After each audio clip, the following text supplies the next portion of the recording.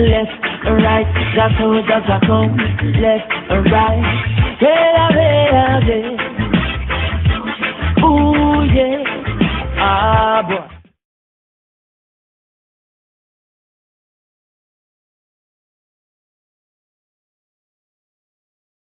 Moaning right back at it, like I left something, man. Bringing another Jehovah Chronicles to you. This is lesson 6 on a very interesting topic found in Owaspy, and these are pyramids, right? And this is lesson number 6, pyramids, its builder, and times of inspiration. You dig what I'm talking about? So we're going to get into who built the pyramids, when they built the pyramids, and why they built the pyramids. We got a couple different things I want to bring out to y'all. But as always, we just trying to go in depth and bring truth about this thing, man. Let me get my screen share going here. All right. Actually, before we even go there, let's just get into this real quick. From the study of Owaspy, the Great Pyramid of Egypt, a marvel and mystery, probably the greatest wonder of the ancient world, stands today as an earthly landmark visible even from the moon, a massive silent sentinel from the long ago past. What is its story? Most Egyptologists believe that the Great Pyramid was built by King Khufu as his burial tomb. Listen, was it a burial tomb? Around 2600 BCE. Others believe it was built at a much earlier time, by a lost civilization for mysterious purposes. Some consider the incredible skill and synchronicity of the measurements relating to the dimensions of the earth, sun, and moon to be beyond human capacity. Is that true? We're going to show no. Some search for codes in its numbers and measurements to prophesy human history on the earth. Many enigmas of the Great Pyramid are explained in Owaspy, especially its real purpose. From Owaspy, we find that the belief that it was built as a burial tomb by an ancient Egyptian king is only partially true, for it was built not as a tomb, but a temple. There were indeed burials, but these were only temporary. Subjects were interred alive in the stone sarcophagi, a similar sarcophagus to the one existing one was reported to be in the Queen's chamber by Idrisi, an Arab who died around 1166 AD. In a condition of suspended animation, practiced adepts of an ancient Egyptian cult of Osiris. After a certain period of 30 or more days, the astral traveler would revive from his death cast and live to tell of fabulous near-death out-of-body experiences. And moreover, within the pyramid's dark interior chambers, spirits of the dead would appear and communicate with mortals. Right? So we're finding out a little bit about really what the pyramids were for. Right? But another thing is, when were they built? We gotta subjective truths, objective truths, historical and empirical data, lay that against logic and common sense, and then slide the truth in there, right? So most, right, scholars and Egyptologists today tell you that the pyramids were starting to be built right around from 2750 to roughly 2550 BC. Is that true? And can we prove that? And how do we prove that? Well, let's go firstly. Let's show this. Hold on. Let me share my screen with you guys.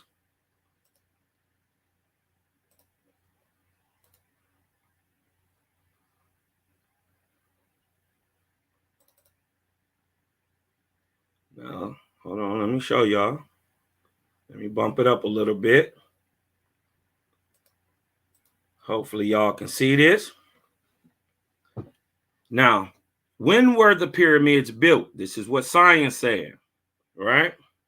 We gotta take everything with a grain of salt, but we gotta apply what we know and what we can prove.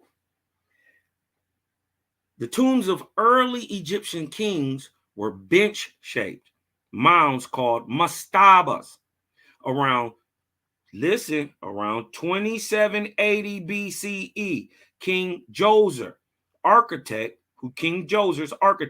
Imhotep, built the first pyramid by placing 6 mastabas, each smaller than the one beneath, in a stack to form a pyramid rising in steps.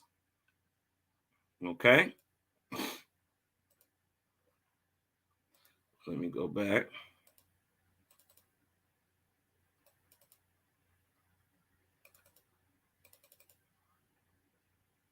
Now, also, right here, we see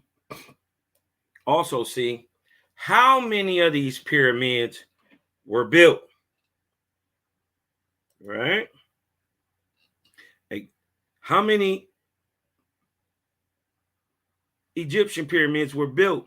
A great many more have since been discovered, but at least 118 Egyptian pyramids have been identified. But today, we really only gonna focus on the Great Pyramids of Giza, the 3 pyramids, and more importantly, the Great Pyramid of Osiris. Okay, now getting into this, let me stop share. Now getting into this, I want to share this with y'all. So let me grab my OWASP. Let me grab my OWASP. I'm gonna share a screen in OWASP. I'm gonna read it from my book, and I want y'all to just follow along, right? Now look, this is the Book of Wars, chapter 1, right? This right here, what I'm about to read to you, is very informative and key. You see what I'm saying? This is key to when the pyramids were actually built, because so many people read OWASP, right? But they don't understand it. They get confused. You dig what I'm talking about? But let's get down right here. Let me blow the whole screen up for y'all. Okay. All right. This is the Book of Wars against Jehovah. Right? Chapter 1 and 1, it says, Jehovah spake to God on the throne. Right? Jehovah spake to God on the throne, showing the difference between God and the Creator right off top. So the Creator is speaking to God on the throne at this time. Just so y'all know, the God of earth of this time is Eliyah, also called Div, and he was replaced by the first god of Spita named Tale of Piola. Now, what's so cool about Eliyah Div is Div walked and inspired Brahma, right? But look, Look what they go on to say. Look what Creator go on to say. These are my divisions in the cycle of my daughter Simti Armaj. 200 years, 400 years, 500 years, 300 years, 400 years, and 600 years, after which I shall bring dawn. So look, 2, 6, 11, 14, 18, 24, 2400 years, which is the 23rd, which is the length of the 23rd arc cycle after the creation of man, or the arc of Spita, exactly 2400 years. Right. But listen, look at the second verse. My son, I have allotted to you 40 years indulgence in a great light, so that you shall perfect all orders of the lords and lordesses in the lower kingdoms of these my heavens, nor shall it be dark during your reign. Hold on, let me get back into this. Let me move it down some. Let me show you. Okay. And it says, nor shall it be dark during your reign, and your label shall produce a great harvest for my ethereal worlds. Accordingly, you shall prepare to reap in 50 years. For those readers of Owaspy, they know they used to come in times and half times, or 200, 400 year intervals. But now he's saying we're going to start reaping in every 50 years, and again 50 years, and then again in 50 years, and then again in 50 years. And for each reaping, my daughter, Simti Armaj, will send you ships of deliverance for all you have prepared as brides and bridegrooms, right? But in other places of Owaspy, right, we find that Dan is also called 100, and Aja 30, and Nebula 15. And from these rates, we discover the times of light and darkness on the earth. Look here. Let me show you. These are this 200 years, this 400 years come attached with an etheric light, right? And from these rays, we discover the times of light and darkness on the earth. Now, there are editors of the old Owaspis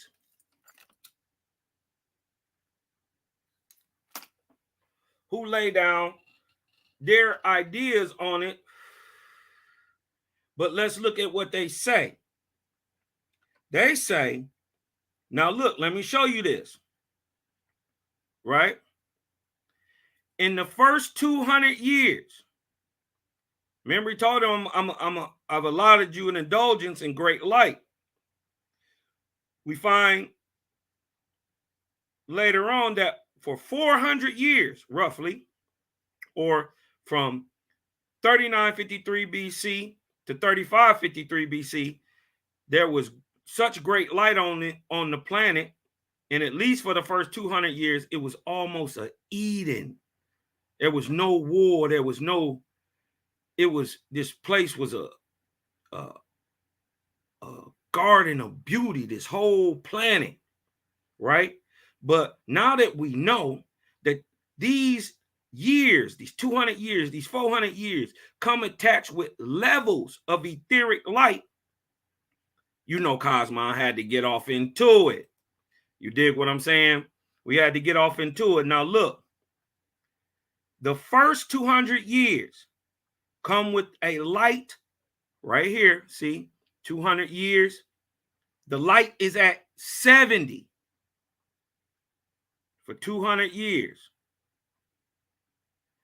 For the next 400 years, light is at 50. For the next 500 years, light is at 40. So look, That's 2, 6, 1100 years, right? This 300-year span of time, right? After the 1100, this 300-year span of time, light is at 80. Now, mind you, this is exactly the midpoint of the highest physicality this planet has ever seen. During the Arc of Spita, midway through, what did we find? The highest level of light is at 80, right? In this 300-year span. And then after that, we find for 400 years, light is at 30. And for the last 600 years, the level of light, of etheric light, is at 20. Right? Look what the editors say in Owaspy. The pyramids were built in grade 40. Now, remember, we just showed you. Hold on. We just showed you. Hold on.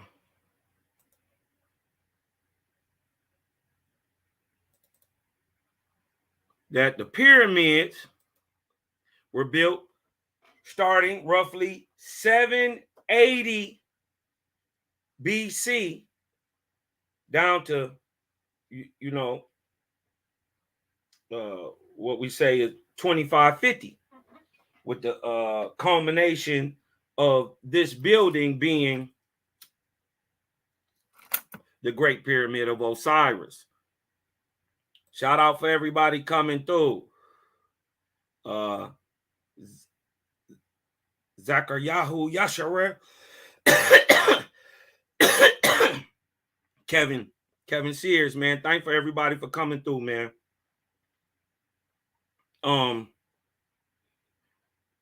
But we find this highest light in between, look,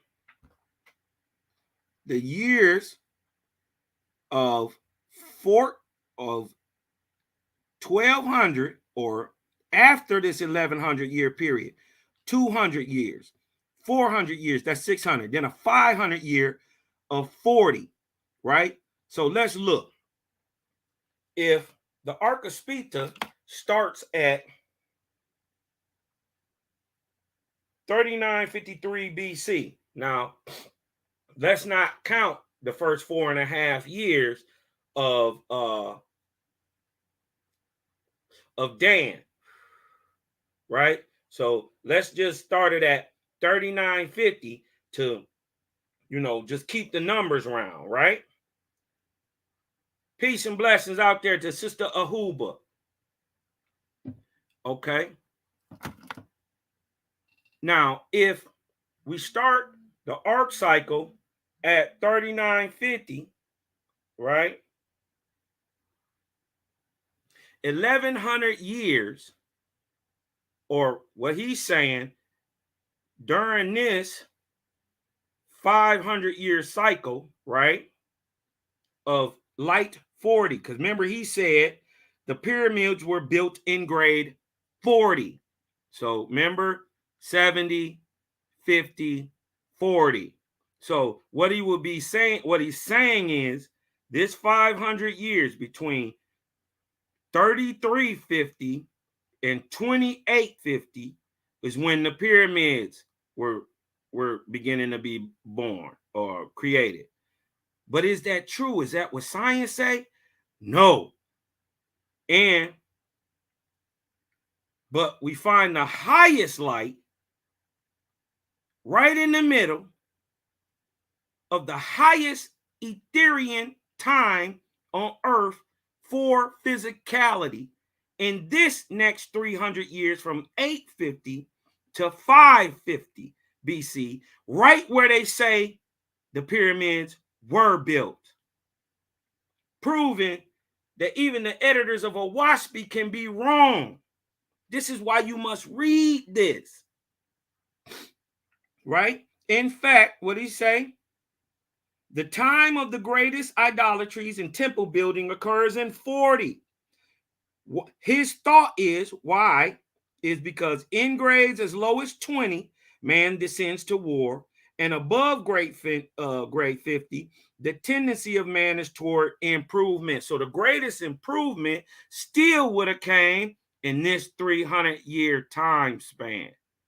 Exactly when science has proven to us that they have started being built 780 BC to roughly 2550 BC, right? And he says, and from what we gather from the preceding books, the grades are made by the Orion Nirvanian councils in the Etherian heavens, being previously prepared according to the place the earth shall travel, right? We not disagreeing with that, right? But what we are disagreeing with is that the pyramids were built in grade 40. No, this is the time of highest physicality on the planet. And the time of the highest light or physicality actually hitting the planet, right, comes in the 300 years before, from 2850 BC to 2550 BC, right? Boom. Now, going back up here to explain this really ain't got nothing to do with it, right? But I've allotted you the 40 years indulgence, and every year you're going 50 years, 50 years, 50 years, 50 years. See it again? He's going to be reaping a harvest, an Etherian harvest every 50 years, right? That starts in 3949 or after the dawn or the Dan of Spita, and goes all the way through 3909. You see what I'm saying? This is that time for high etheric light and indulgence in great light. So what they're saying is in the year 3899, he had a 50-year reap. Again, in the year 3849, he had a 50-year reap. In the year 3799, he had a 50-year reap. In the year 3749, he had a 50-year reap. And this was all done by the Etherian god Thale. Right? The pyramids were built in a 300-year period of light at 80. From 280-50 BC to 2550 BC, then starts Jaya. Okay? But let's look even further, right? Because this is not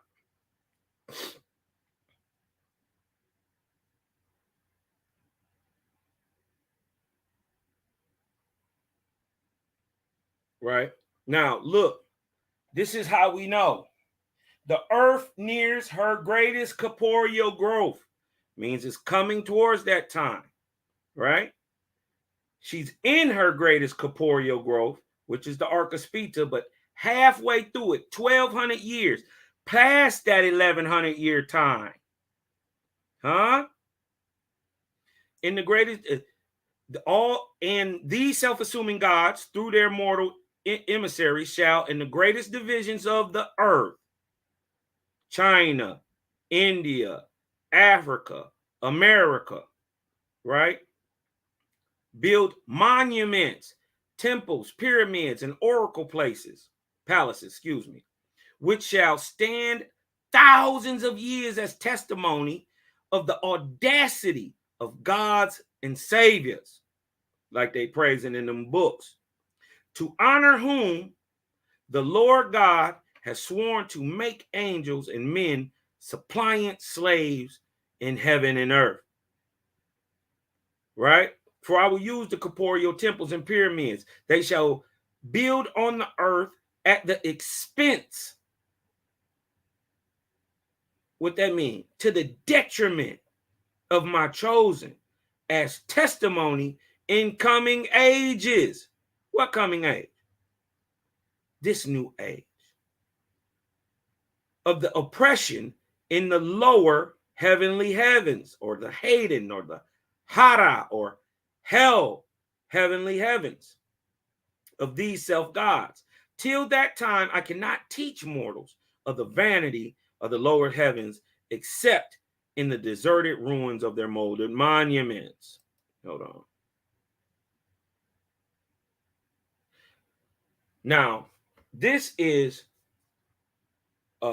going to show and proving that this was a thing done. It was taught. The whole pyramidal building understanding is the fourth degree of the adeptship of the schools of higher knowledge that were at that time in Egypt. Listen, this is just the fourth degree. There are 7. The fourth degree taught the arrangement of the heavens, the places of the sun, stars, and moon, the places and grades of the unseen worlds, the locality of the lower and higher heavens, where they are, the places and dominions of false lords and false gods, like the one you got in Bible, the place of Hara, or Hades, or hell, and of hells, the lower atmospheres, and knots. A knot is what you think hell is. Hell is actually the lower part of the atmosphere. Of familiar spirits and also of fetals, both the harmless and the destructive vampires that live on mortals and in swine and cattle, that induce mortals to eat flesh food for that purpose. The key to the place of the North Star. Remember, we was just building on glacial maximums, finding the high Dan, right? Or what they call the 24-year cycle, 24,000 year cycle. The Gadol period. The vortices, right? The key to the place of the North Star, which was at that time Tau.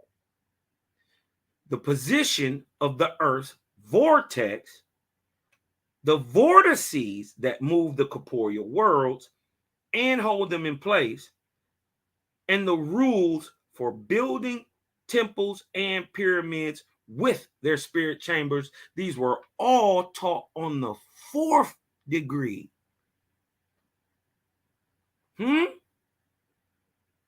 Shalom to the faithists, man. Peace to the Essenes, to the Nazarenes, man. Love and light to y'all out there, right?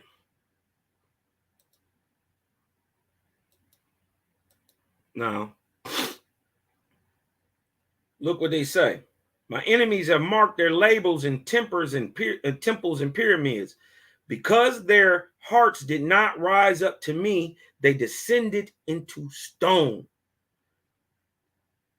The most dead and unresponsive of all things. They have carried the inhabitants of the earth down to rottenness and to death. Let their monuments stand as testimonies of those who hated me, the Creator, right? And who denied me, the Creator, and who did not believe in me, the all-purpose, right? Look what he say, though. My building shall be the most subtle of all things, the spirit of my own body. Truly, it shall be a monument within the souls of my chosen. You want to see, if you think the Israelites is stubborn against, or the Jews, that the Jews are stubborn against getting rid of their false God, their false Lord and Lord God, try to get a faithist to praise a Lord God Lord God, Messiah, Savior, or any person as those just spoken who was born of man, try to get a faithist to praise any one of them. You never seen a person so indignant. We'd rather die. Nor will it go away again in darkness, but it shall encompass the whole earth. Let me see.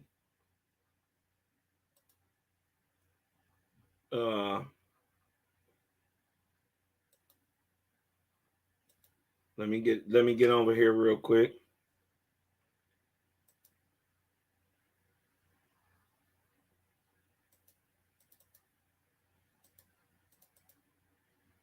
To the builder of, hold on. To the builder of the Great Pyramid, or the inspirer and builder, right, of the Great Pyramid, Osir, who inspired Thothma. Anybody versed in Commission doctrine will go on to tell you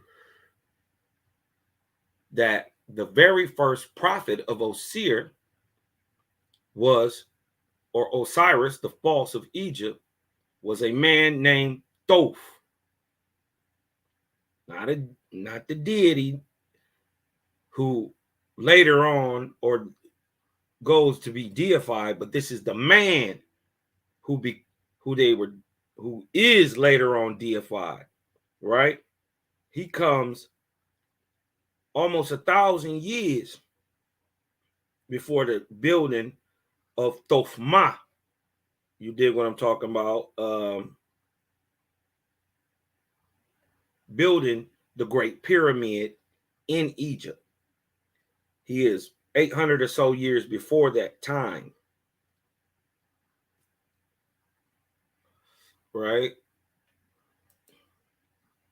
Now, remember, we are in the 300 years of 80-degree etheric light. Right? From 2850 to 2550. Okay? Let's get down here. Let's find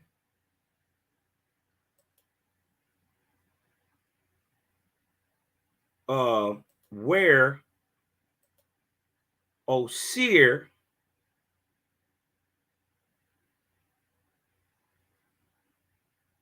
now this is the Ark of Bond.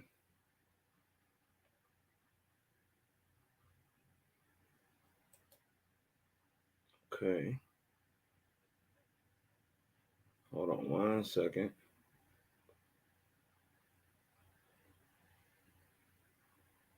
Oh, that's the book of Leka. Excuse me, y'all.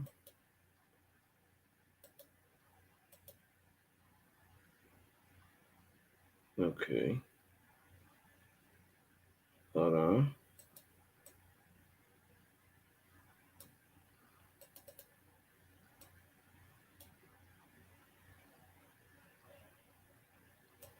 We'll get off in here real quick.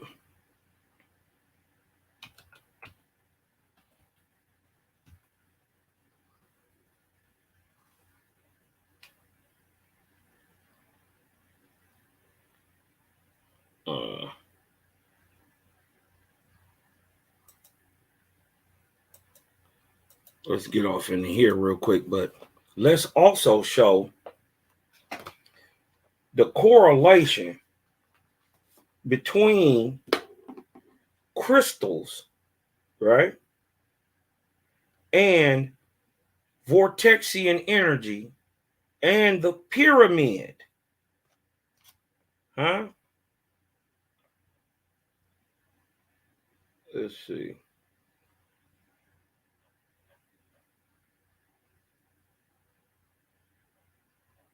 Right.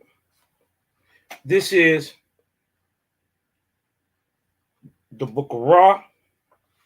No, actually, This is the raw material, the law of one, right?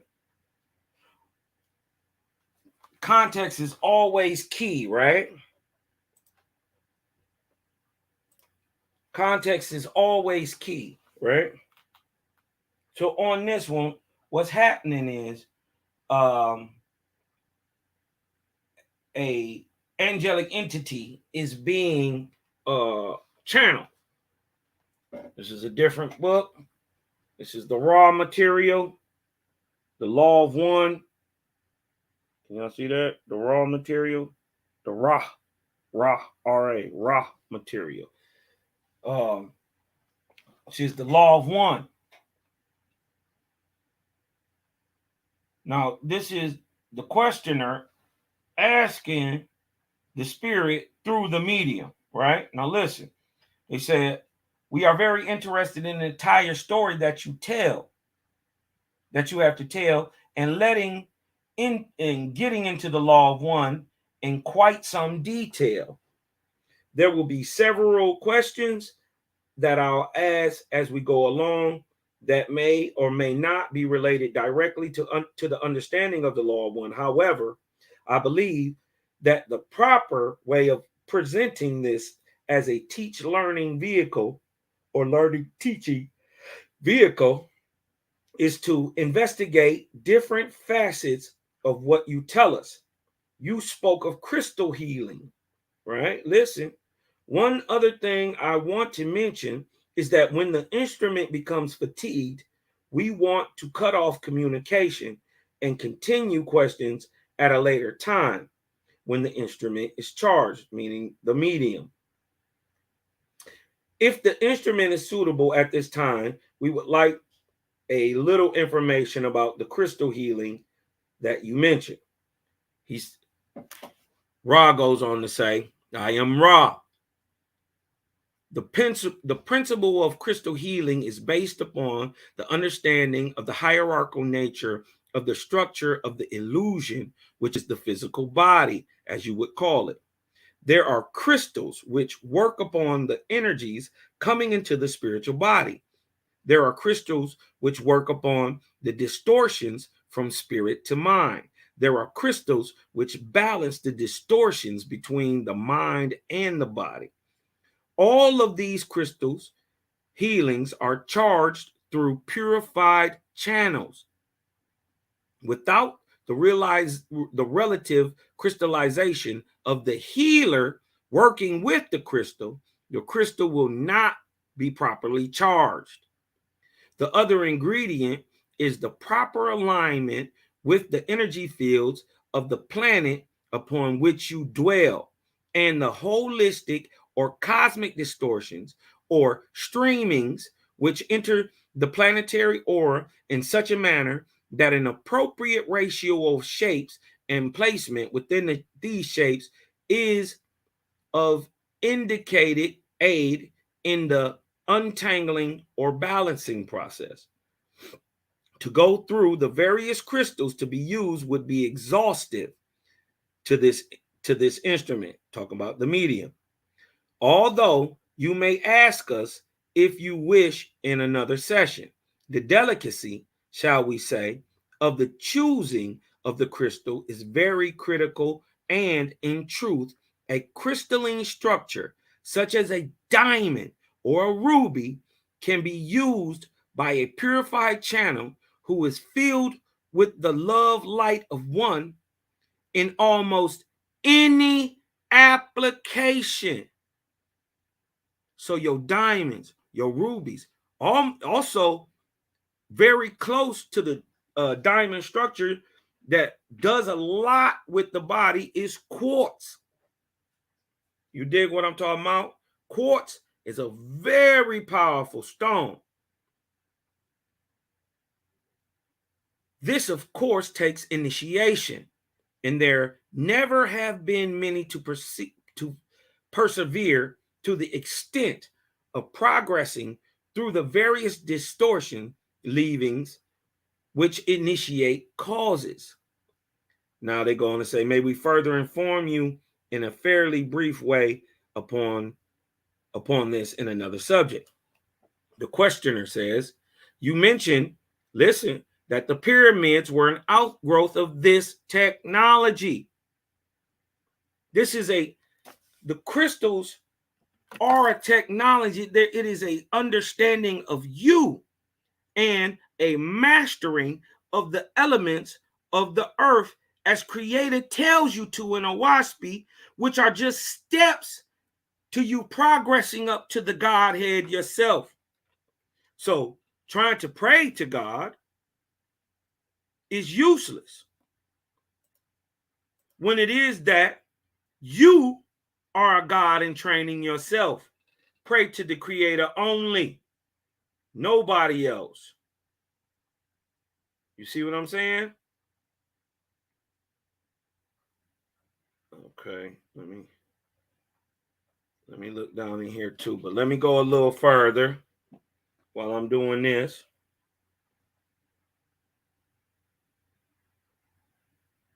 Okay.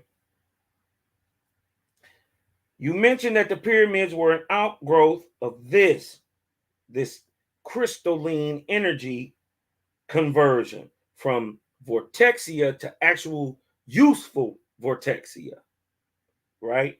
From vortexia to what they call org or original energy. Could you expand a little on that? Were you responsible? They're asking the deity or the one-time men. These are a group of men who are now angels coming back to help fix what they messed up. This is the redemption process. It goes on for thousands of years.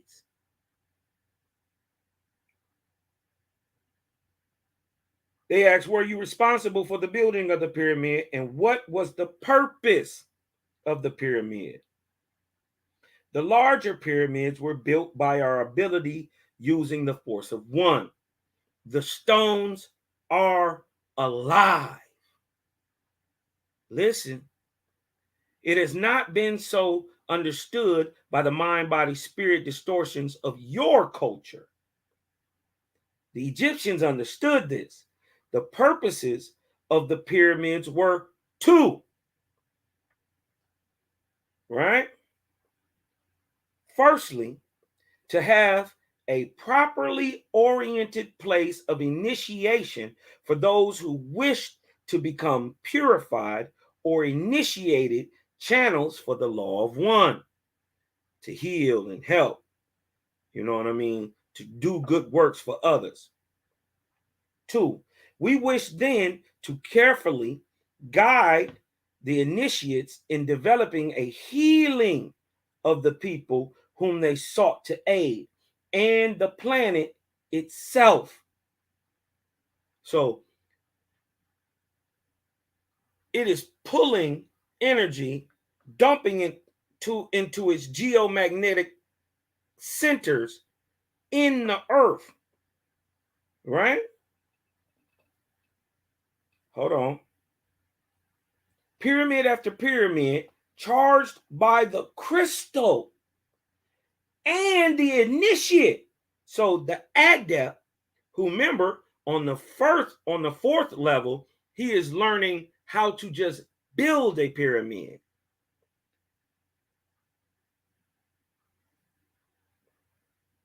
Hold on. The initiate were designed, the crystal and the initiate were designed to balance the incoming energy of the one creation with the many and multitude distortions of the planetary body. In this effort, we were able to continue work that brothers within the Confederation had effected through building of other crystal bearing structures, and thus complete a ring of these about the earth, as this instrument would have called it or vibrated it, surface. So they completed a ring. There are 26 major pyramids around the world. They are bringing in energy, but they still do. But think of them kind of like a piano that's out of tune. It will play, but it doesn't play correctly because it's out of tune, right?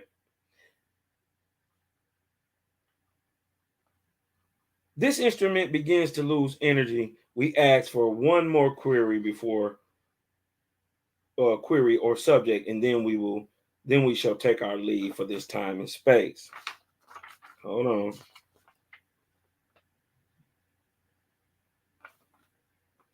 Okay. Now, no, they just cut that session off a little short, right? But they right back at it. This is the raw material, the law of one. At the last session, we had two questions that we were saving for this session. One having to do with the possible capstone on the top of the Great Pyramid of Giza. The other having to do with how you move the heavy blocks that make up the pyramid. I know these questions are of no importance with respect to the law of one, but it was my judgment, and please correct me if I'm wrong and make the necessary suggestions, that this would provide an easy entry for those who would read the material that will eventually become a book. We are very grateful for your contact and will certainly take any suggestions as to how we should receive this information. Listen to what Ra says. First things first, in the law of one, the law of free will.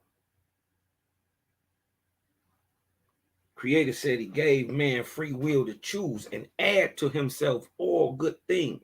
Those things that don't impart good things to him, kill him. You do exercise and you eat well, your body gets buff and you feel better. But if you drink poison, it takes away and can kill you. Listen to what they say. I will not suggest the proper series of questions. He said, I'm not going to tell you what to say. He said, this is your prerogative as a free agent of the law of one, having understood and learned that our social memory complex cannot effectually discern the distortions of the societal mind, body, spirit complexes of your peoples. We wish now to fulfill our teaching, learning, honor, and responsibility by answering what you asked. This only will suffice, for we cannot plumb the depths of the distortion complexes which infect your peoples. The first question, therefore, is the capstone. Listen, we iterate the unimportance of this type of data. They saying, man, really, there's some dumb shit. Listen, the so-called Great Pyramid had two capstones. One was of our design and was of a smaller and carefully contrived pieces of the material on your planet, which you call granite. This was contrived for crystalline properties and for the proper flow of your atmosphere via a type of what you would call chimney. Listen, this comes in great later, right? At a time when we as a people had left your density, the original was taken away and a more precious one substituted. It constituted in part of a golden material. This did not change the properties of the pyramid, as you call it, at all, and was a distortion due to the desire of a few to mandate the use of the structure as a royal palace only. So this thing was emanating Vortexian energy not only in the air, but in the ground, literally healing the people around it. But the adept could go on the inside, literally do the sleeping death trance, or what they call swallowing your tongue, taught on the next level. You dig what I'm talking about? Of the adept school. And he could astral travel. But in these chambers where you kept the body, the vortexia, it was so large, the vortexian wave, which bounces down, up, down, right? Yo, blue, red, yellow, light. Okay, we gonna get into it, right? And each one of those versions of light does a different thing for the body, right?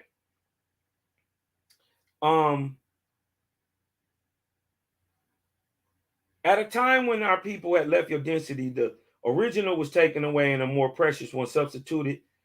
It constituted in part of a golden material. This did not change the property of the pyramid, as you call it, at all, and was a distortion due to the desire of a few to mandate the use of the structure as a royal palace. So they start saying this was a holy thing. Only the adepts, only the priest could get in, only the king could get in, when it was for all people at one time.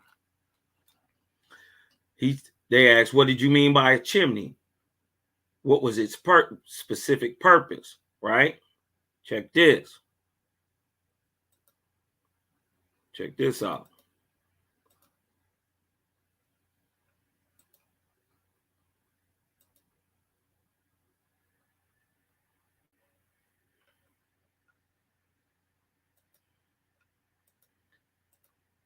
It's saying,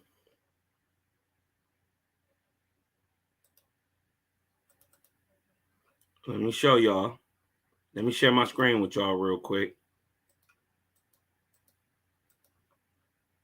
Let me share my screen.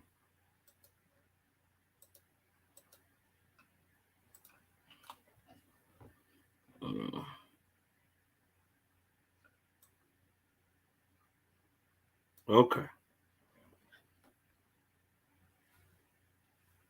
What did you mean by chimney? What was its specific purpose? Listen, there is a proper flow of your atmosphere, which, though small, freshens the whole of the structure.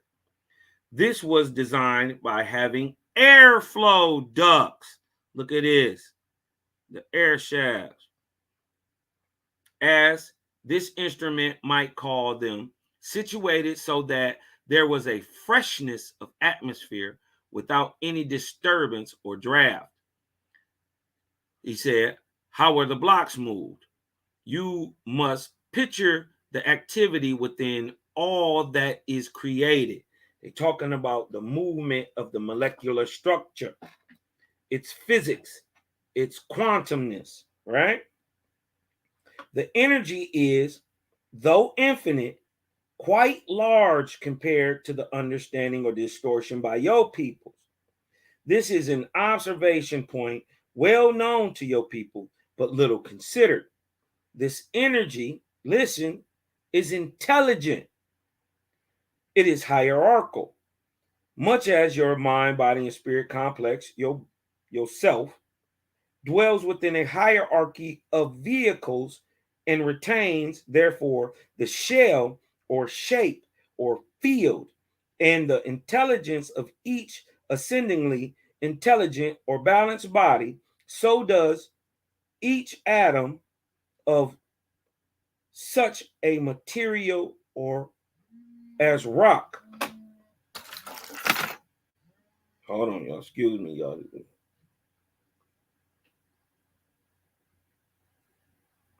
Sorry about that. In this way, right? Hold on. He say that just like this energy is hierarchical, just like the energy in you is hierarchical, and it leaves a print, like he says, the shell or shape or field in the intelligence of each ascendingly intelligent or balanced body, so does each atom of such a material as rock. So the things, remember they told you from ashes to ashes, dust to dust, and back to the earth you will return. Well, that's because you are made up of everything that precedes you on the planet. So that includes nitrogen, that includes phosphorus, that includes carbon, and that includes hydrogen. You got a little bit of iridium in your body. You got a little gold in it. But you also got a little fish, little bird, little reptile. Because man is an animal. Let that sink in, right? Don't they tell you you got an animal mind?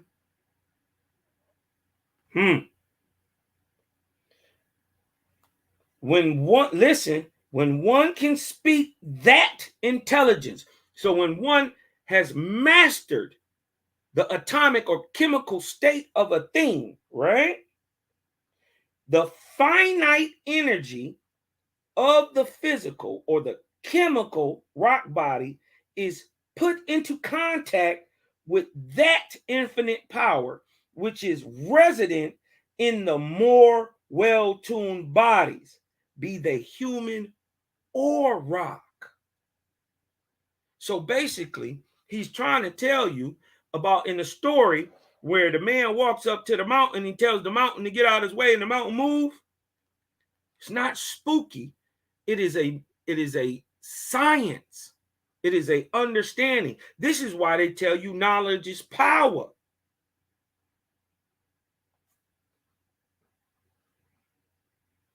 Right? Where am I at? With this connection made, with the what do you say? What do you say? When one can speak that intelligence, when one has that knowledge, and when you can speak the intelligence, that means you understand and can intelligently, right? That intelligently put a thing in motion, right? When one can speak that intelligence, the finite energy of the physical or chemical body is put into contact with that infinite power, which is resident in the more well-tuned bodies, be they human or rock. What they're saying is, this is how you raise, not only in spirit but in conscience, but you can also transform a thing by its atomic structure. This is how those monks in the Buddhist monks lift the great boulder up the hill with the trumpet. Right? Go check that out too. With this connection made, a request may be given.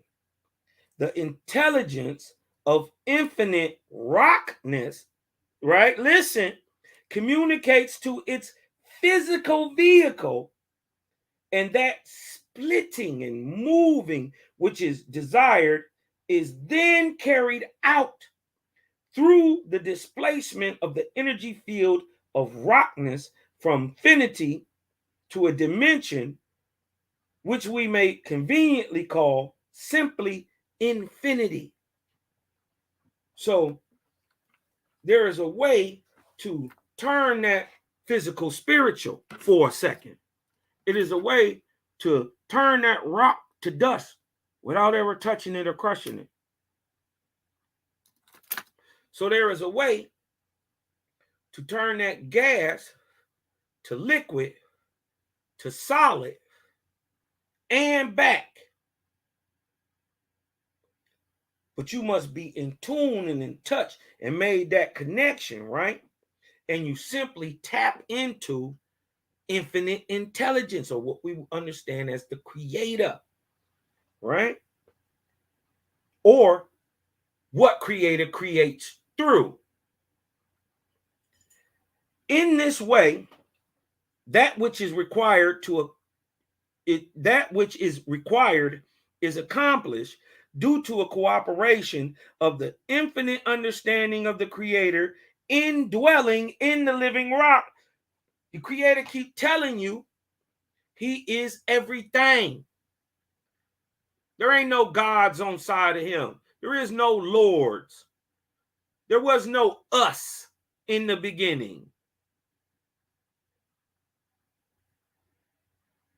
He's saying, I'm in the rocks, I'm in the trees, I'm in the air, I'm in the water, I'm in the stars, I'm in the next galaxy, I'm in the galaxy next to that. And when you pass 1 trillion more galaxies, you're going to look up and be appalled, because it's going to be 1 trillion more beyond it, and I'm still beyond all of it. Because I exist, life is. What? The creator code. There's a difference between God and the creator, and we just bringing that out, y'all. Right? Listen to what he say. In this way, that which is required is accomplished due to the cooperation of the infinite understanding of the creator, not God, indwelling in the living rock. This is, of course, the mechanism by which many things are accomplished. He told the mountain to get out of his way, and the mountain moved, which are not subject to your present means of physical analysis of action at a distance. You dig what I'm talking about? But let me get off into this real quick. Let me find young Thofma off in this thing. 13, 14. Hold on. Gotta get the other book.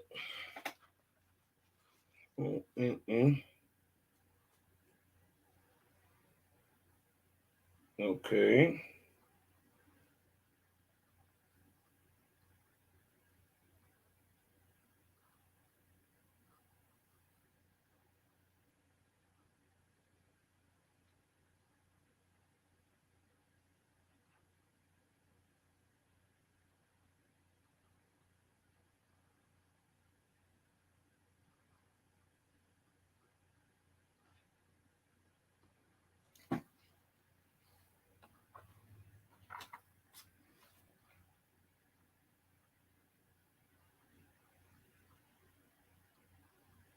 Now, we find here in the Book of Wars, right? This is 43, 40. No, that's 48. 48 and 17. We find Osiris, right? The false, speaking through his servant, right? His servant God named Egypt. Y'all thought Egypt was a country. No, Egypt is an angel. Okay, let me stop sharing that screen right there. Shout out to everybody. Burning a big fat splipper thing. Let's get right back to it. Osiris, through his servant God, this is Book of the Wars against Jehovah 48:17. Through his servant God Egypt, thus spake to Thophma, aka Hojax, aka Khufu, aka Cheops. This is Thophma. saying, my son, Thophma said, I hear thee, O God. What wouldest thou? Osiris said, provide thou a dark chamber, and I will come to thee. Thophma provided a dark chamber, and then Osiris, through his servant God, came to him. Now, let's drop down, right? This is Thophma revealing that he has the power now to initiate the adeptship of the death trance once he builds the pyramid. Behold, O God, I have attained to the power of the dormant state, even as the magicians who submit to be buried for 90 days. Yea, I go hence in spirit and see many things, but my soul is like a breath of wind and goeth at random. Look what Osiris the false said. Provide thou me a temple, and I will come and teach thee. Thophma said, how to keep the body so long that it be not damaged? That is the question. He said, I can do this, but if I come, stay with you for a bunch of time, how do I keep my body from decaying in the real world while I'm in the spiritual realm? Vortexian energy. It dumps in the shaft. Hold on, we're gonna show that too. Hold on. We get to that in a second. But listen. How do you keep the body? That is the question. The magicians who have been buried long and being dug up and resuscitated find their bodies so damaged that they die soon after, right? Osiris said, thou shalt build a temple of astronomy and dedicate it unto Osiris. The great temple today is called the Temple of Osiris, correct? And dedicated unto Osiris, savior of men and angels. What is a savior? It's a tyrant, right? God of heaven and earth. And it shall be built square with the world, right? It is almost pure north, pure east, pure south, pure west in its alignment. How did he do it? Let's get into it. And it shall be built square with the world, east, west, north, and south. And the observing line shall be the apex of the hidden vortex. Or what he's saying is the observing line will be the top of the sun's vortex, which is the middle or the North Star's vortex.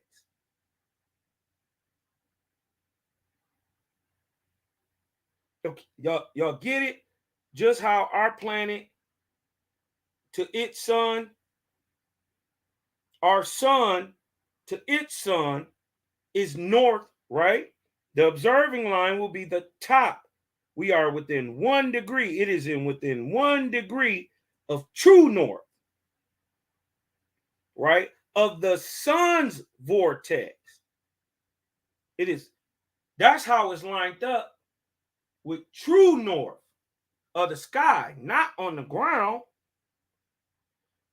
which is the middle of our sun's, or actually, watch this, which lieth in the median line of the variation of the North Star, which is called the Tau at this time, right? So what they're saying is the observing line, how you can get true north, right, will be the top of the sun's vortex, right? So you're going to measure the sun and its top, which is the middle of its sun's median line,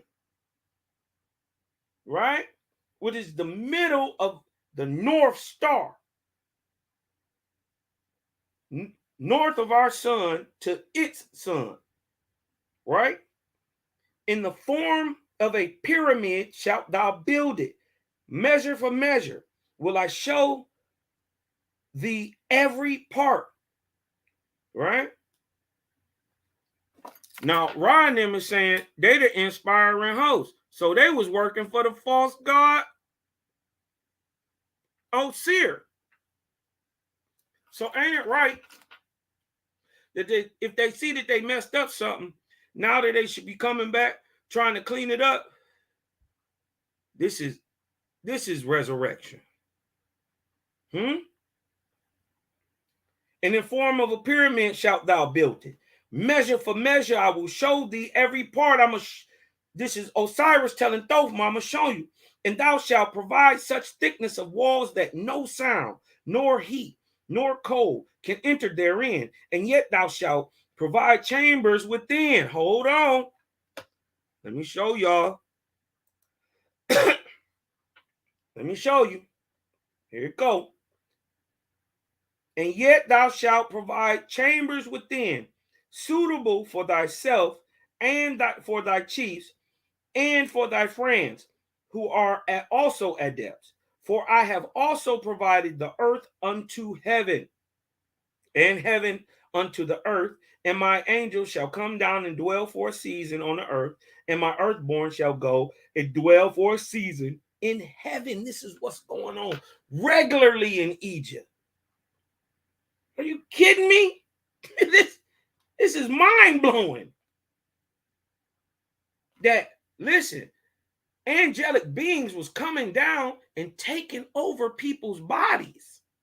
The body of the man who was in the death trance, who is now in the heavens, in the lower heavens. He think they high heaven, but they the lower heavens. Nonetheless, magnificent, gorgeous places. But then, what must gods look like then? True God. It must be magnificent. Right? He say, yea, they shall come to me on my throne. Who in the sky on the throne? Osiris the false, an angel, a one-time man, just like your biblical God, a one-time man that you praise. And behold, the glories I have prepared for them. Now, right?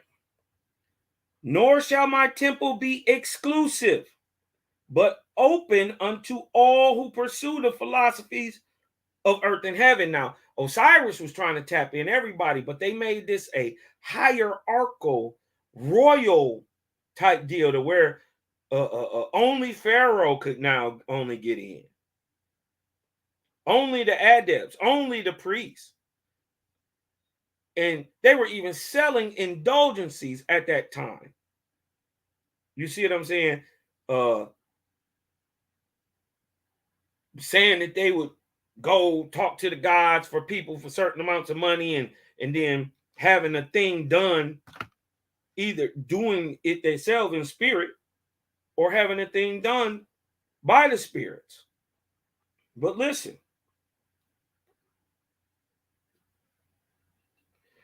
but open unto all who will pursue the philosophies of heaven and earth. Book of Ra said at first it was like that too, but they switched it up. For which reason thou shalt build it with the sun, moon, and stars, and it shall be a testimony unto the nations of earth that thou art the highest of mortals and first founder of everlasting life in the flesh. This is Thothma. For as the angels of heaven can return to the earth and take upon themselves corporeal bodies for a season, so shalt thou master thine own flesh to keep it as thou wilt. For this is the end and glory for which I created man on earth. But is it? No. Creator's promises, he says, I gave you a corporeal body to learn corporeal things, but I gave you death to raise your spiritual man up and to inherit the Etherian kingdoms. So look at Osiris lying. Osiris then instructed King Thothma to drive out the land of Egypt all the faithists, especially the shepherd kings, the Hyksos, the Hekasu, who could not Who couldn't be made slaves of? They could not be made slaves of. Right?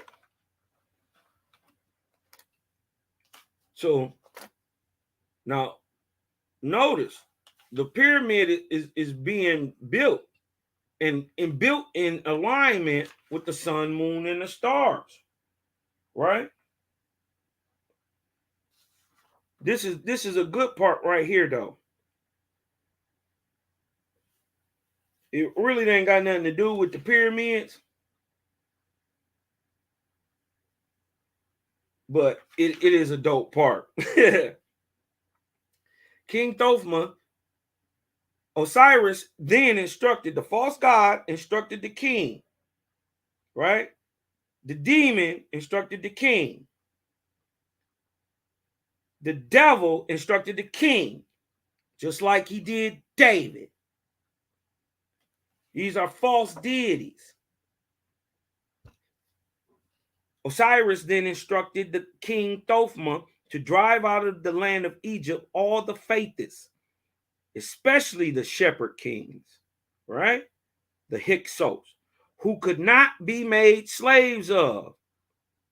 Thothma impressed an army of 200,000 warriors and drove off the shepherd kings, putting to death more than 300,000 of them. And from the faithists, he took all their possessions, Israelites, such as houses and lands, and suffered them not to hold any mortal thing in possession, neither permitting them to till the soil, save as servants, nor engage in any other labor, save as servants. And there went out of the land of Egypt to escape the tyranny of Thothma 3 millions of faithists. This is not even Exodus. Don't get it twisted. This is not even Exodus. Oh, hold on. Let me show y'all my screen. I thought I was sharing my screen. Excuse me.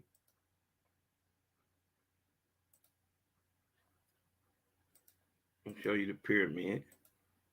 Right? Okay. Now, to escape the tyranny of Thothma, 3 million of Israelites, of faithists, praises of the Great Spirit, including the shepherd kings, the Hekakasu, the unlearned, but they was fighters. And in regards to the faithists who remained in the land of Egypt, Osiris, through King Thothma, made the following laws, right? So, but let's get back to it. Pyramids. And it came to pass that Thothma began the building of the temple of Osiris, the great pyramid, and he impressed 200,000 men and women in the building thereof, which number more than one half, over 100,000 of them, were Israelites and faithists. So when they try to tell you, the Israelites were not, they weren't even there in Egypt, you know what I mean? And the Israelites didn't have anything to do with it. Use a lie. They don't even know when the Israelites came in there. They would have to know when Abram existed. They don't know. That's only found here in the Wasp. That light is revealed here, now, in this age, the Cosmon era. Right? What did it say? Over half of them were faithists. So over 100,000 were faithists. And these laborers divided into groups in 12 and 24s and 48s and so on. And each group had a captain. But for the series of groups of 1,728 men and women, there were generals. And for every 6 generals, there was 1 marshal. And for every 12 marshals, there was 1 chief. And these chiefs were of the privy council of the king. And right now, 2 places, right? Now listen. The king allotted to every chief a separate work. Some that did some to dig canals, some to carry stone, and some to hew the stones, some to build boats, some to provide rollers, and others timbers, and yet others capstans. This is what they don't understand about moving all that weight. Two great things: pulleys and capstans, and the actual size of the actual Egyptians at that time. They were massive. Ahoans, pure stock, like Abram, regularly, regularly 8 to 10 feet tall. Easy. And proportionate men, not no skinny old, no. These are monsters. 9, 10, 11 feet tall, regularly. You dig what I'm talking about? So, excuse me. 2 places the surveyors found stone with which to build the temple. One was above the banks of the great river Egan, at the foot of Mount Hezekiah, and the other was across the plains of Nuf, in the mountains of Akobah. From the headwaters of the Egan, a canal was made to Akobah, and thence by locks. They got locks, dropping the ships and raising the ships up. Boom. Boom. Raising the ships up. Right? And thence by locks descended to the plains of Nuf, and thence to Gakir, the place chosen by the king for the temple to be built. Giza, Gakir. And as for the logs used in the building, they were brought down the waters of Egan, even from the forest of Gambotha and Ruthzak.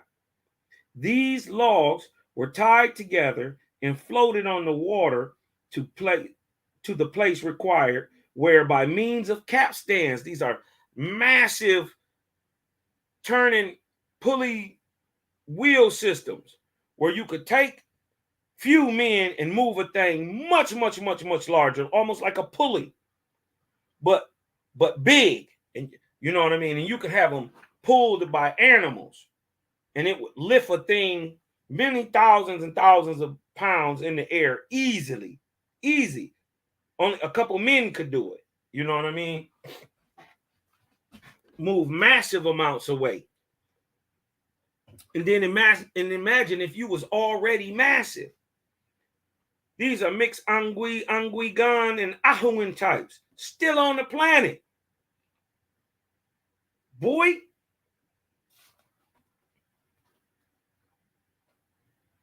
These logs were tied together, and by means of capstans, they were drawn out of the water ready for use.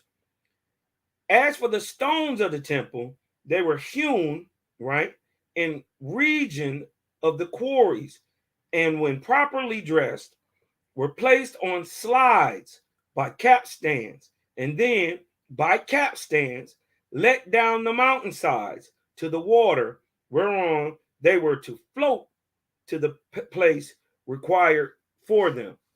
Now, what they're also talking about when they're talking about these great stones, they're not talking about every stone. They're talking about its base, massive, thousands and thousands of ton bricks down here, way down here, by where the land is. You see what I'm saying? They down there at the base of the pyramid. Many of what we see today as the pyramid, many of those are handmade sandstone, which was made by concrete. They poured many of those blocks in. They poured them, set them, poured them, set them. You did what I'm talking about? Bake them. They cook fast. Boom, boom, boom, boom. You don't gotta wait on the sun if you're using light to cook a brick.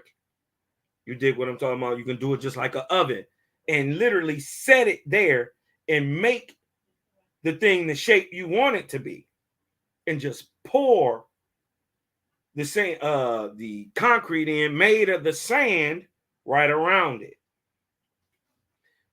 Look up making handmade sandstone, and it's the same stuff that the pyramid is made of, except this one is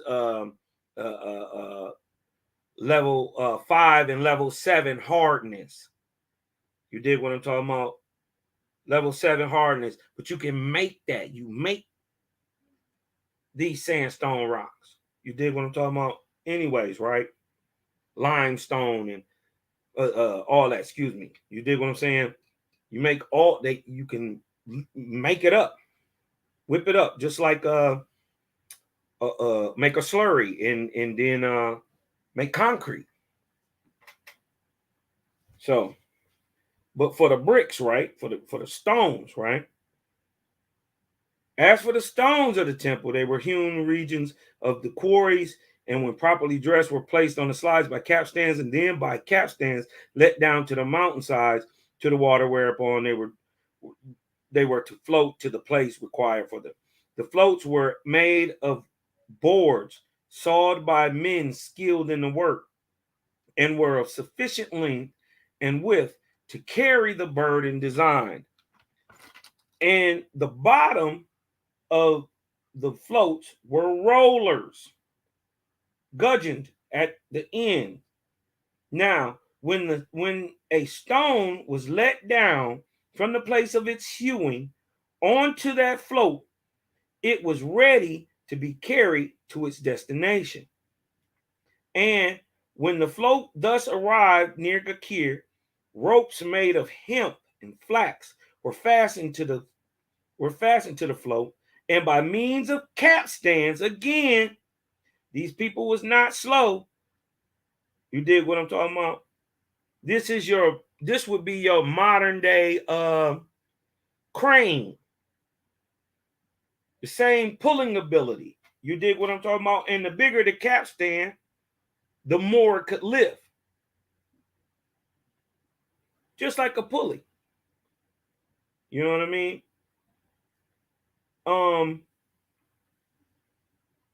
They were fastened to the float, and by means of the capstans on the land, the float was drawn up an inclined plane out of the water, the rollers of the float answering as wheels. It's very well known throughout history and by scientists that built along and around the side of the pyramid, right, was a great plane, an area that wrapped around it that was built so material could be brought up, and the higher the pyramid went, the higher the plane around it went. Right? Now, when all things were in readiness for the building of the temple, the king himself, being learned in all philosophies. Now, the king was learned in all philosophies. Thothma is a G. Thothma is a high-raised Suis. Not only is he a high-raised Suis, you dig what I'm talking about? He had clairvoyance and clairaudience, and he was intelligent. He was raised all through the adept schools, so he knew how to master physicality or things in its chemical state, as explained in the book of Ra.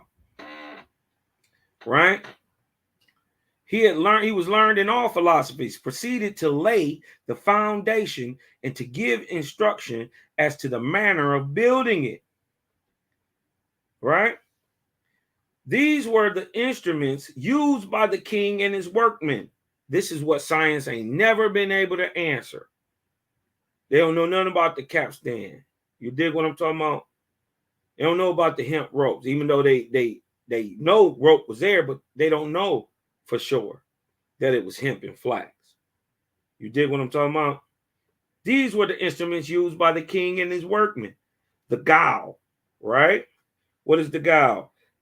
Saying, meaning, I have been established at what all can be done. I have been astonished at all what can be done with this simple instrument, with the aid of mathematical calculations, right? And the thing going around is like an inclined plane. You dig what I'm talking about? But dig this, right? He had the gao. You dig what I'm talking about? They had the length, the square, the compass, and the plumbing line, the plumb bar. They had a compass, they had the square, they had the length, which is the length of the man, and the gao, right? Now, hold on. Nor were there any other instruments of measure or observation used in the entire building of the temple. And as to the measure called a length, it was the average length of a man after trying 1,000 men or measuring 1,000 men. This was divided into 12 parts, and these parts again into 12 parts, and so on. After the first part of the temple was laid, right? After the very first part of the temple was laid, right? The builders of the inclined plane began to build it also, but it was built of logs. And when it was raised a little, another layer of the temple was built. And then again, the inclined plane was built higher, and another layer of the temple built, and so on. And the inclined plane, which was of wood, was built up even the same as the temple. Right? Also, I just explained this, right? Look what I wrote. This could be poured cement made from sand and crushing the rocks, right? Which would make the incline extremely useful and needed. And this is granite poured cement, right? This could be with the width of the inclined plane was the same as the width of the temple, but the whole length of the inclined plane was 440 lengths of a man. It's the same as it is today. Up this inclined plane, the floats with the stones thereon were drawn by means of capstans and by men and women pulling also. For 24 years, for 24 years, was Thothma building the pyramid, and then it was completed. But it required another half a year to take away the inclined plane used in building it. After that, it stood free and clear, the greatest building that had ever been built on earth or would ever would be. Huh? Such then was Thothma's temple of Osiris, the Great Pyramid. Huh? Look at that there. Let me get back. Look at that there. You dig what I'm talking about? Just showing the magnificence, man. The level of information, you know, the clarity and consistency being revealed in a WASP, man. Hold on.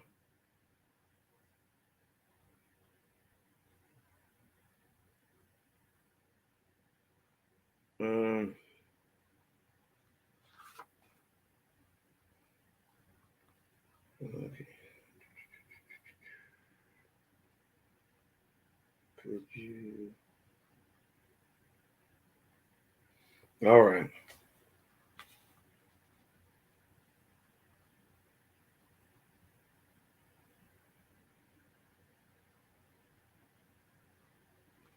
Okay. I want to dip back just into this is the law of one, right? Law of one, but this is book 2. Now, just a quick little add on, right? Right. Questioner asks, could you give me more information on the energy fields of the body as related to the right and left brain, and if this is somehow related to the pyramid shape as far as energy focusing goes? This is about, listen what he's asking. And I am at a loss as how to get into this line of questioning, so I will ask that question. Ra said, we are similarly at a loss. We don't get it neither, nigga.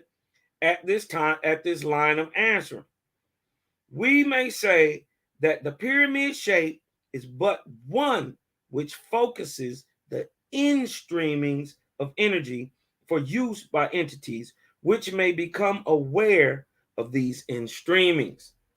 So this is vortexian energy. So first you must be aware of vortex. But what it's also saying is, hold on, let's clear it up. Hold on. We may further that the shape of your physical brain is not significant as a shape for concentrating in streamings of energy. Please ask more specifically, if you may, that which you seek.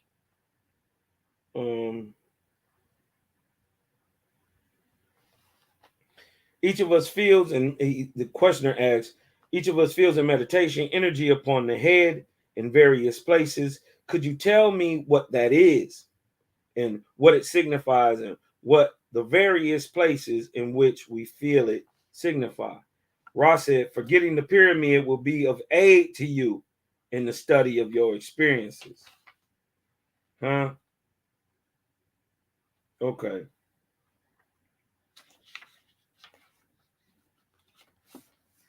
That's just another, little thing that we wanted to bring out. And Ra was basically telling you, for those who are aware of vortexian energy, the pyramidal shape, the shape itself, don't matter what it's made of. You dig what I'm talking about? Itself will draw in energy just because it's a shape. This is why your TP is like a pyramid. This is why all the greatest of the great mysteries happens in caves, because it is the conical shape. Many of your great mysteries come fresh out of a cave somewhere. Many of your prophets were raised, or gods were raised in caves. Even in India, they use the conical shape. It is called a lingam. It is the secret of falling water, right, that initiates the lingam. But it is the conical shape, and just because it is, it pulls in energy. So you can create brass. I would use a crystal lean form, quartz, but you can make it out of plastic. Let's say your knee hurting or your hip hurting, right? You can lay it up under your hip. You dig what I'm talking about? And the automatic streamings of the pyramid, it will pull the vortexia through you. It don't matter what's in the way. Just because it's a shape, it will pull it through you. And because it also, you must sit it on the floor, first of all. The vortexian energy is toroidal. So it goes south to north, south to north. So it's coming out of the ground first.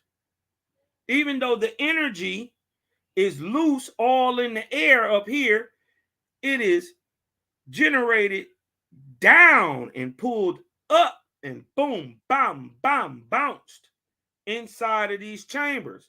This is why there's a queen's chamber and a king's chamber.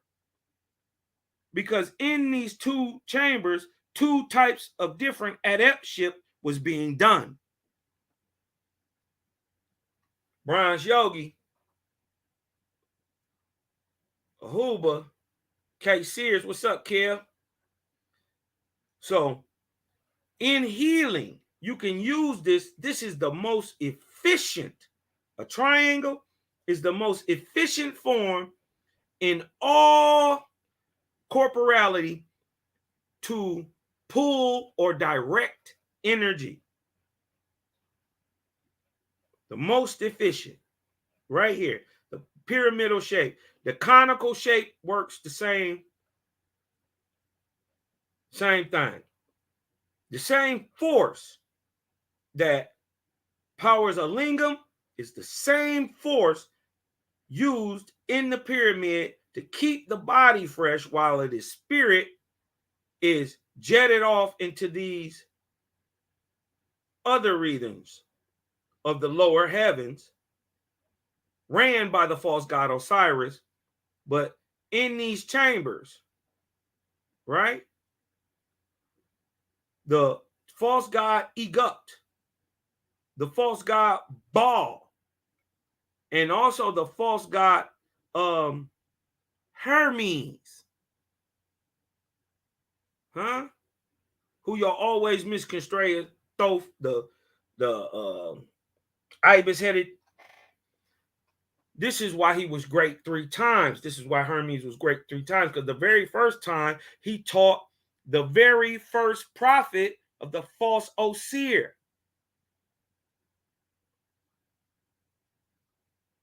He got to be great 1 time before he could be Trismegistus. He taught the prophet, the first prophet of the false god Osiris, whose name was Thoth. His teacher was Hermes, just like it was the teacher of Asclepius.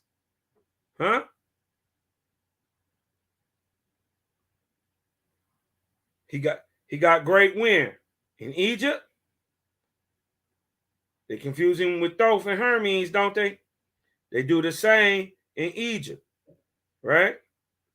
Greek, and then they got him in Greek. Then they got him in Rome.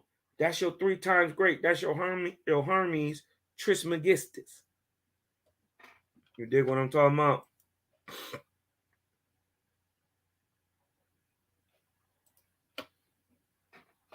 You know. Now,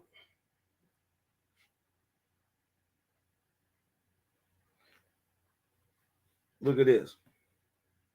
Now, in the 2nd month after the temple was completed, Thothma, the king, having put the affairs of his kingdom in order, went into the holy chamber and thence ascended into the chamber of life and death, leaving the 4 chief priests in the holy chamber. Right? And Thothma cast himself in death or dormancy or the death trance by swallowing his tongue. This is still practiced today. Don't think that I'm saying something so fanciful. You can Google this. This is known, right? Whereupon the priest closed the entrance and sealed the king within. Osiris, through his servant, who?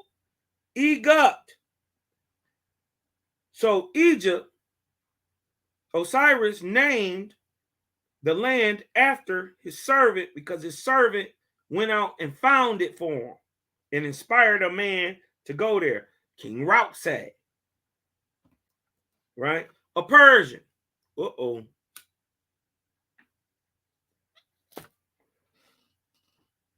Also killing that white man built the pyramid theories. Just stop it. Y'all just quit, man. Quit.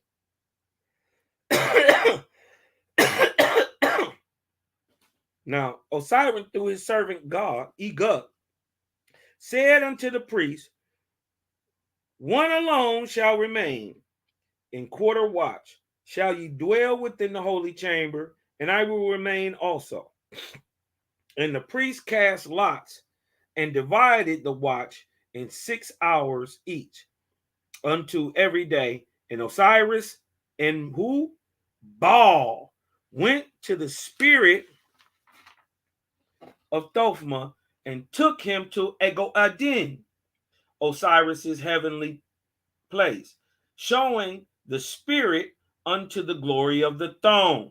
So he showed Thophma the throne in his city, which is over top of modern day Egypt, called Ego-Adin.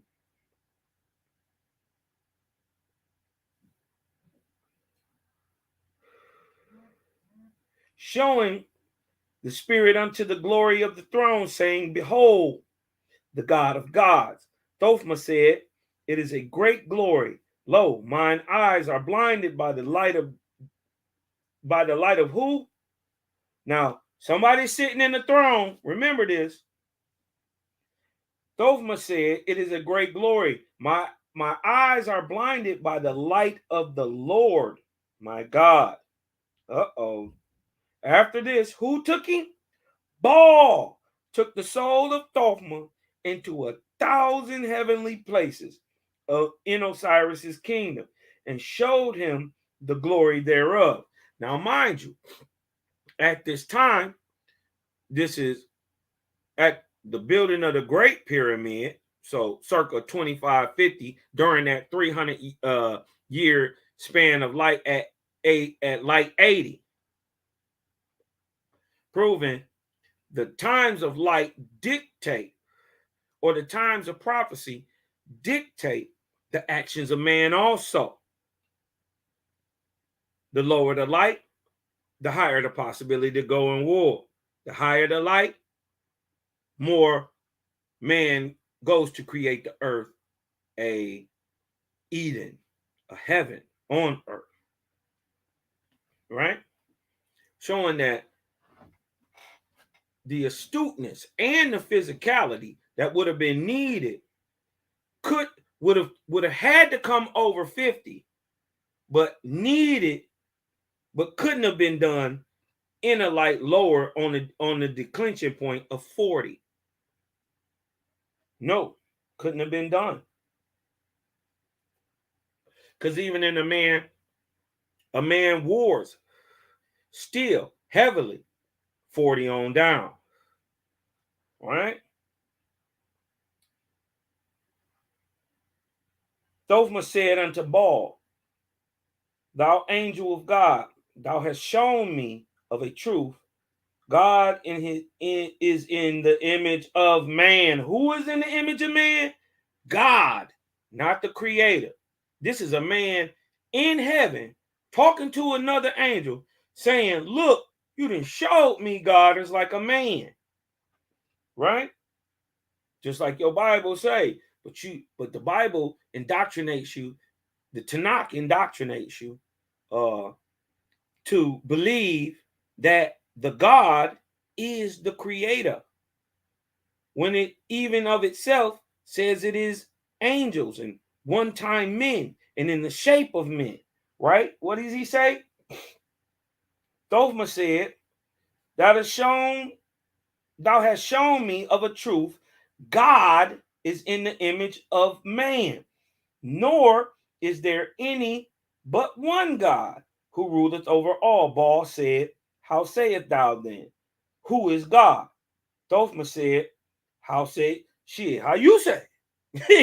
How sayest thou? For behold, his glory was so great, I could not look upon him. So this is a false God whose etheric light is so high, a Suez can't even see him. Right? Then answered Baal, only angels and mortals. Listen, he said there's only angels and mortals. These are the sum of all things. He lying and twisting the truth. He telling the truth, but he lying and twisting it. Right? Because of the heavens, it is only angels and men. Ain't no creator is there, but he not the dude sitting on a throne. That's an angel, a man. Listen. Paul said, only angels and mortals. These are the sum of all things. Wrong. The creator is the sum of all things. He thou hast looked upon, the one you was even as thou art. He gassing him up. Shit, you can be like him too. But which is true. Because in the time, God is no more than what you going to be in the time to come too. So why would you praise him? Ever. I'm going to tell you why you praised him. Because he scared you to death. He told you was going to burn in hell forever if you did. That's why you praised him. Right? He thou hast looked upon was even as thou art, a one-time mortal on a far-off star world. Huh?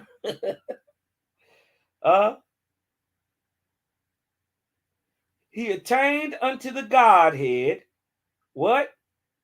To create a world unto himself. Man, these niggas is so tricky. He telling a twisted up truth. It's like the story of Noah, like saying Noah is a man. You dig what I'm talking about? It's a real thing that happened, but Noah ain't no damn man. You dig what I'm talking about? So he twisting up a truth. These dudes are smart. These angels something else. This ball too. That ball. Who is also at this time Heru. He's Horus. You dig what I'm talking about? And Heru. Yep.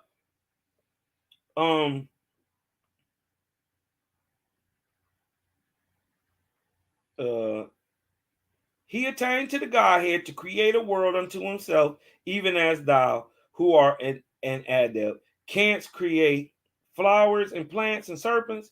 Thus he came into the void regions of space and created the earth and her heavens, and they belong unto him, for they are his. And in like manner is every star world created and ruled by a God, like unto thy God, who is Lord of all. Now, you see how they mixing this truth and falsehood, strangely mixed. Shout out Lamont Williams, man. Shout out to the fam. Shout out to Yaria, Dread Nasir, Spiritual Light Shop, Angelic in the house, Madain. You dig what I'm talking about? Hold on, I'm gonna finish this little reading, right?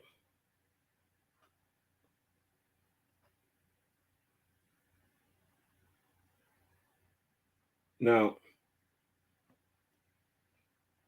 okay.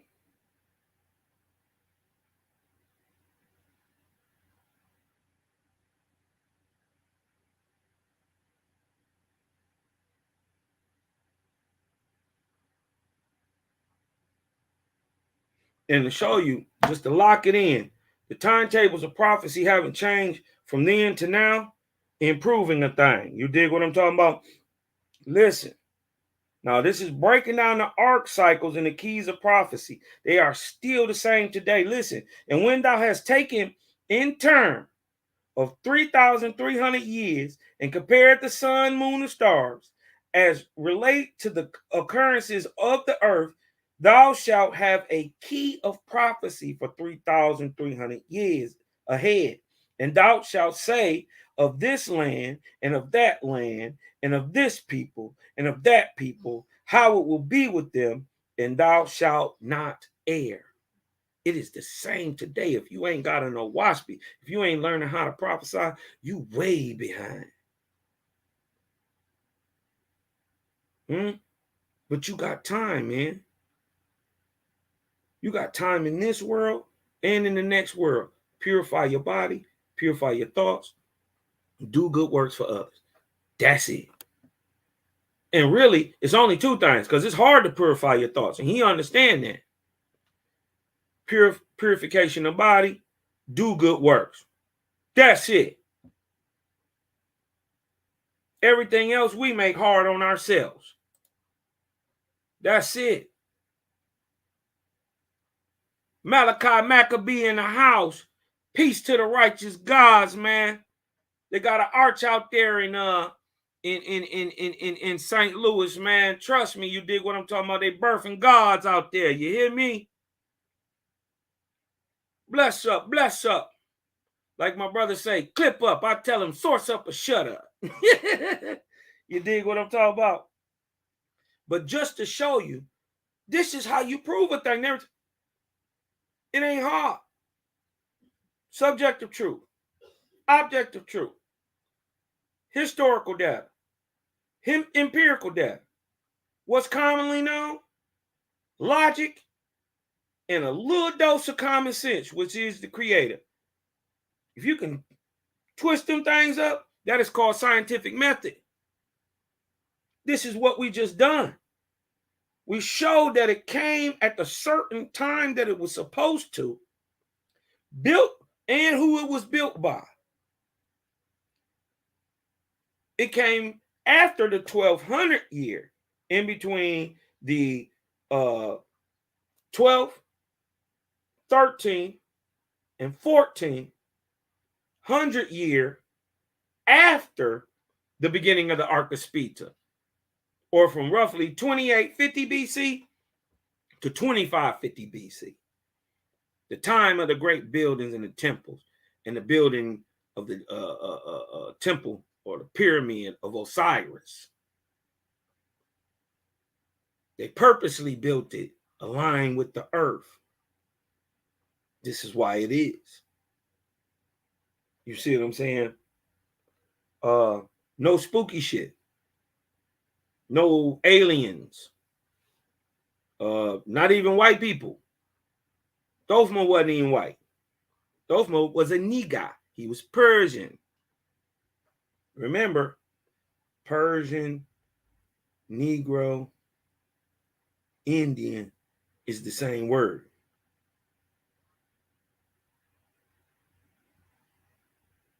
Okay. Let it sink in for a second. With that, man, do we got any questions or anything? Anything anybody want to build on before I get up out of here, man? Oh, the herbs. It's the healing of the nation. We blow the big splipper ting. I'm still blowing splipper ting. I rolled them up like my fingers. You did what I'm talking about. This was some wedding crasher. You did what I'm talking about. We got some other things in there. Cat piss cookie next. Ice cream runs next. You did what I'm talking about. Shout to all the faithists. Man, thank y'all for coming through, man. I feel blessed that y'all would even sit down and listen to me, man. You dig what I'm saying? But just know this, man. I come in the name of the Creator. And if I ain't going to do nothing, I'll tell you the truth. And more importantly, I show you why I'm saying what I'm saying, man. This is why this is the Jehovah Chronicles. Nobody is doing it like this. Shout out to my brother Selah Shalom. Shout out to my brother Malachi Maccabee. Man, shout out to the Battle of the Holy Books. If you share, sub and like this screen, man, for real. Share the screen, man. Go on YouTube. Share the screen. Go on Facebook. Share it. Snip it. Do whatever you got to do. Send it out, man. Sub, like, share, man. Tell your folks about it. If you got somebody who wants some smoke about what's in Owaspy, I'm passing out free smoke. I want all of it. You dig what I'm talking about? So this to you. If you in that Bible, or you in whatever religion, you praising a God, you not praising the Creator. We want all the smoke, free smoke. So tell your big homie come get beat up. You did what I'm talking about, so I can beat his God up. Real talk. Thank you for coming through, man. This is your homeboy, your brother from another. We got the same father, just different mothers, man. This Cosmonian. I am Cosmonian. I'm totally nebular dude. And I am